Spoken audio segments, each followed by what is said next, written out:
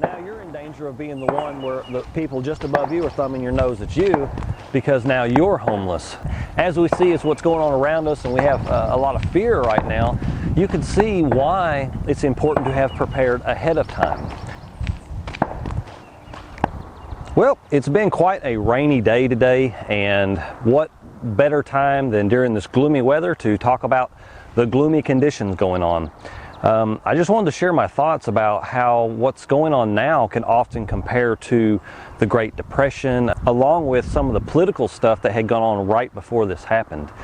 You know, I teach people to build their own homes for $26 per square foot is what we achieved at the Trilingua Alternative Building School workshop. And if you're interested in attending one of these alternative building schools, then just click the link below in the description to find out more. But basically, California had managed to pass laws and rapidly fund the building of, I'm just going to call them probably what they are, concentration camps. They were places to take all the poor people who, quote, couldn't take care of themselves into a forced living condition, whether it be a hotel or tents or areas out in the country. In addition to that, they were also chipping the homeless so that they could receive medical care. Now, I find that very interesting that a political body who can't agree on anything or get anything done quickly just instantly agreed and suddenly got this done.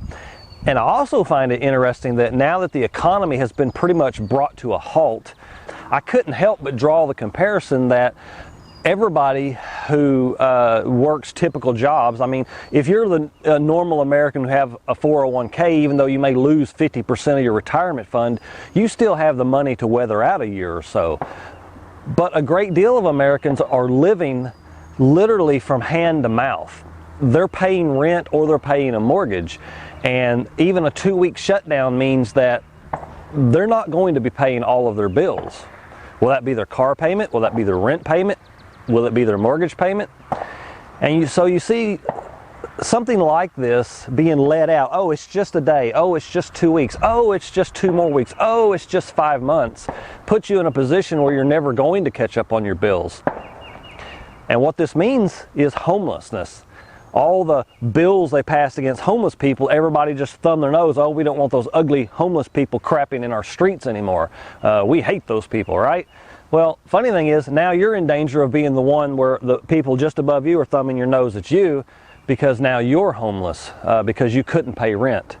And so, you know, I just couldn't help but think about that.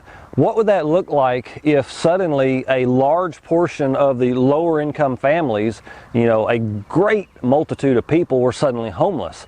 Well, it's very likely that you could be a disease risk now, and you could be herded and shipped into a facility because you can't take care of yourself. Also, if you don't have food at home or money to pay for food, maybe you can't take care of yourself. And, you know, I don't like to promote fear, and at the same time, I've always been teaching people to try to make their life better even if times don't get worse. And with 30 years of building experience, I found AirCrete and a solution to allow people to build modern homes quickly and affordably. For example, again, that $26 per square foot off-grid cabin, that's complete with solar power and air conditioning done, ready to move into. It does not include appliances other than the air conditioner and solar system. But, you know, it's something to consider while you still have some resources to build your own home, if not just build an off-grid cabin as a fallback should you lose your mortgage. This isn't about living life as it's always been, because quite frankly, I don't think things are going to continue to be as they've always been. We're going to have to rethink our paradigms of thought and how much space we need to live in, as well as what gives us the freedoms in our life that we really desire. Now, to that ends, I have developed a course, and it's still being uploaded right now, and as long as I can get to the office to upload the videos, where there's going to be about 3 more per week because my internet bandwidth is limited on how many videos I can upload, but it's being finished now. And that is the step-by-step off-grid cabin. It is a complete course in building your own home or off-grid cabin from the ground all the way to finish, teaching you how to do the foundation, the plumbing, the electrical, the solar systems, the battery packs, the air conditioning, the flooring, the countertops, literally everything that you need. It's a hybrid cabin because, of course, you don't have to build with AirCrete. It is an alternative building material, and it's not code approved for all the citizens out there who need to obey their government. Now, for the rest of us who might want something off-grid or we choose to live in freedom, it's an affordable way to build something that's tornado-proof, fire-proof, pest-proof, bug-proof. It's not going to rot if it gets flooded. It's just a system that's very practical. It's so practical. As long as you can get cement and you can get water and you can get it to a site, you can build these homes. And anybody at any skill level can do this. It just takes the willingness to step through it and to do things in the right order and to have that little bit of knowledge that you can get done with everything that involves building out a completed home. And it can be quite an overwhelming task, and that's why I've created this off-grid tiny house step-by-step building plan. It's a hybrid cabin. It combines both AirCrete and framed lumber and conventional roofing construction to give a wide set of skills that's applicable to any form of building whatsoever. And so, you know, I would encourage everyone to learn how to build their own house. If not from me, then from someone, or just go out and do it. But of course, make sure that it's something that's going to be comfortable and meet your needs. And make sure you understand what those true survival needs are to live a really good life. If things get hard, and especially if they don't, you can just simply live a better life.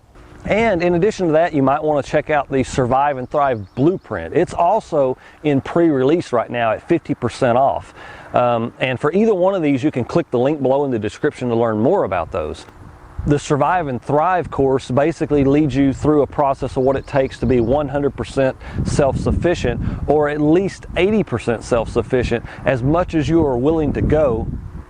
You can build your own shelter. You can provide your own subsistence food system with using trees, not gardening and continuous labor and the need to import goods and materials and fertility.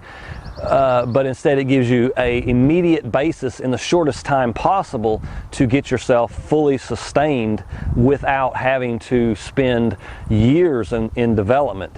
Now, there is a 2-year lag period, and as we see is what's going on around us, and we have a lot of fear right now, you can see why it's important to have prepared ahead of time. But even if you haven't, there's also measures provided in there to show you how to meet some subsistence affordably and immediately so that you'll be okay.